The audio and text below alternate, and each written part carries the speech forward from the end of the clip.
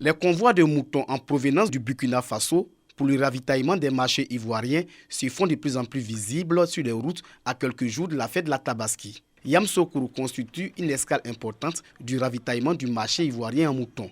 Interbovici, une des confédérations de la filière bétail, s'active sur le terrain pour permettre à chaque fidèle musulman d'avoir un mouton.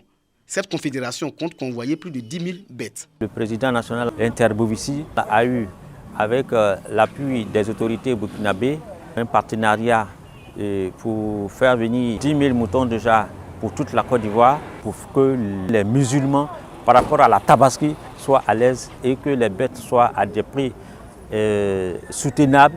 La pandémie sanitaire de la Covid-19 et l'occupation de plusieurs localités productrices de ressources animales par les groupes terroristes au Mali et au Burkina Faso ralentissent l'activité des acteurs de la filière. En dépit de ces difficultés, la volonté de ces fournisseurs à soutenir l'État de Côte d'Ivoire dans sa quête de l'autosuffisance en protéines animales demeure. Nous nous sommes alliés à Interbovici pour pouvoir ravitailler la Côte d'Ivoire normalement comme il se faut, pour pouvoir faire la Tabaski 2021. Tous les camions qui quittent au Burkina, au Mali, qui viennent, c'est moi qui contrôle.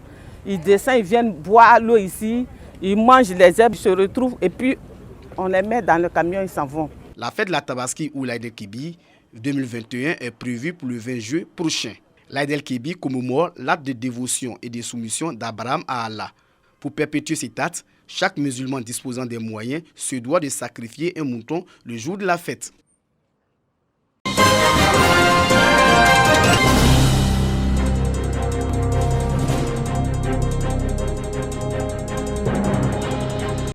Un moment de partage avec les veuves de Bouna. L'initiative est de l'ONG Espoir des veuves et orphelins démunis, en abrégé EVOD, qui à travers cette journée de solidarité entend témoigner son soutien à ces femmes qui traversent des moments difficiles. Outre le repas qu'elles ont partagé ensemble, chacune des veuves, une cinquantaine environ, est répartie chez elle avec un kit alimentaire.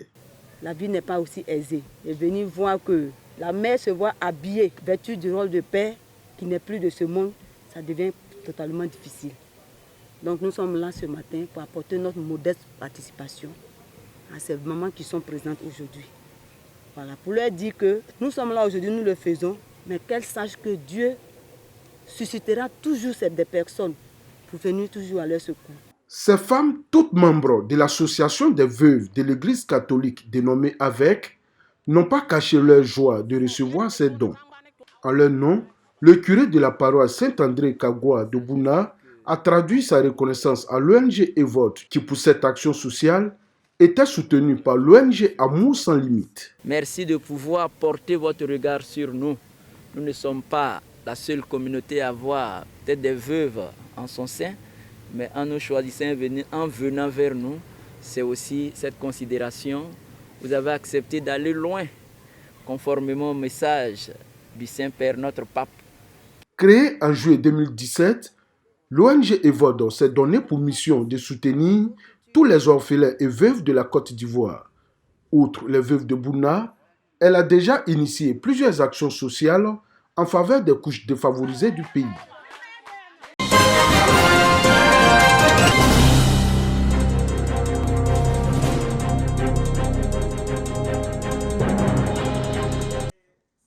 « 40 jeunes de la commune de Bouaké formés aux valeurs du libéralisme, à savoir le leadership et l'entrepreneuriat, entre autres. Une formation dans le cadre de la première édition du Parcours de la Liberté.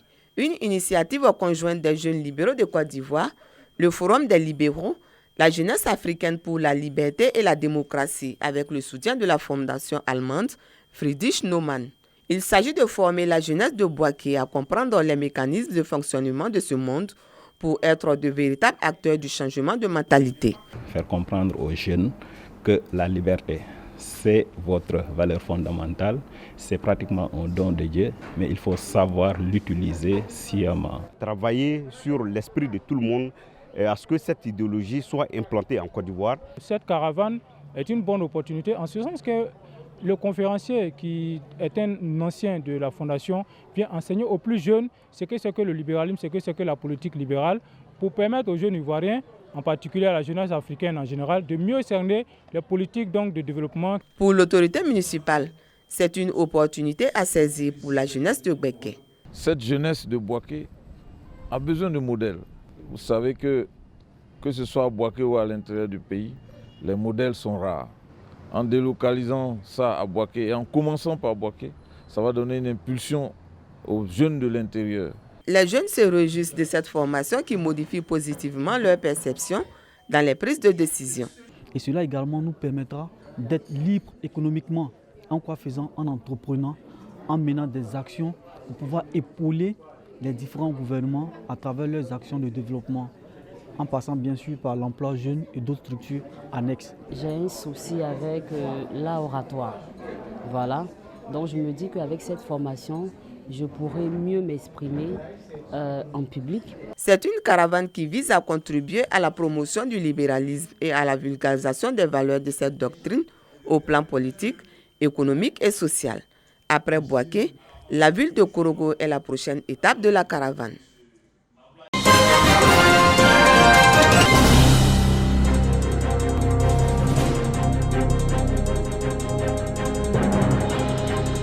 La société coopérative Barakopsa de Bangolo vient de réaliser une belle performance lors de la campagne 2020-2021.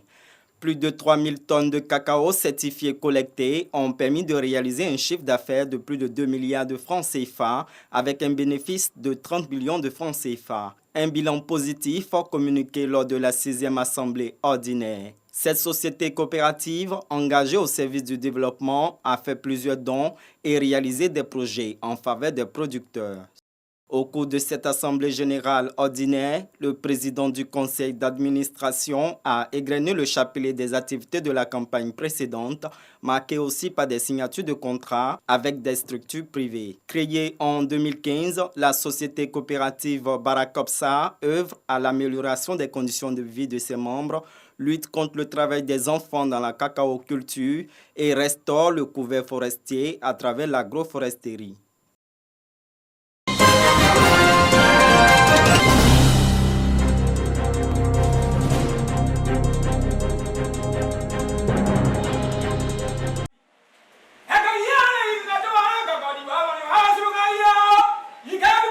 Première édition du Gbagba Festival Tonnerre en langue BT, consacré aux arts et cultures du terroir du 26 au 28 août prochain à Gagnoa. Le Gbagba Festival, événement typiquement traditionnel, rend hommage à la richesse culturelle du Gagnoa en faisant la promotion de ses us et coutumes.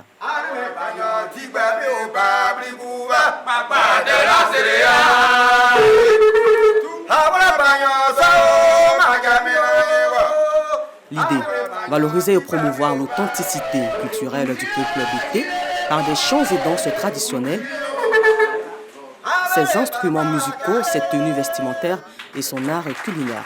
Et aussi positionner cet événement culturel et touristique au plan national et international. Ce festival regroupe les communautés BT de différentes régions d'origine de ce peuple. Les zones de Daloa, Soubré, Issia et Gagnoa seront à l'honneur pour l'édition 2021.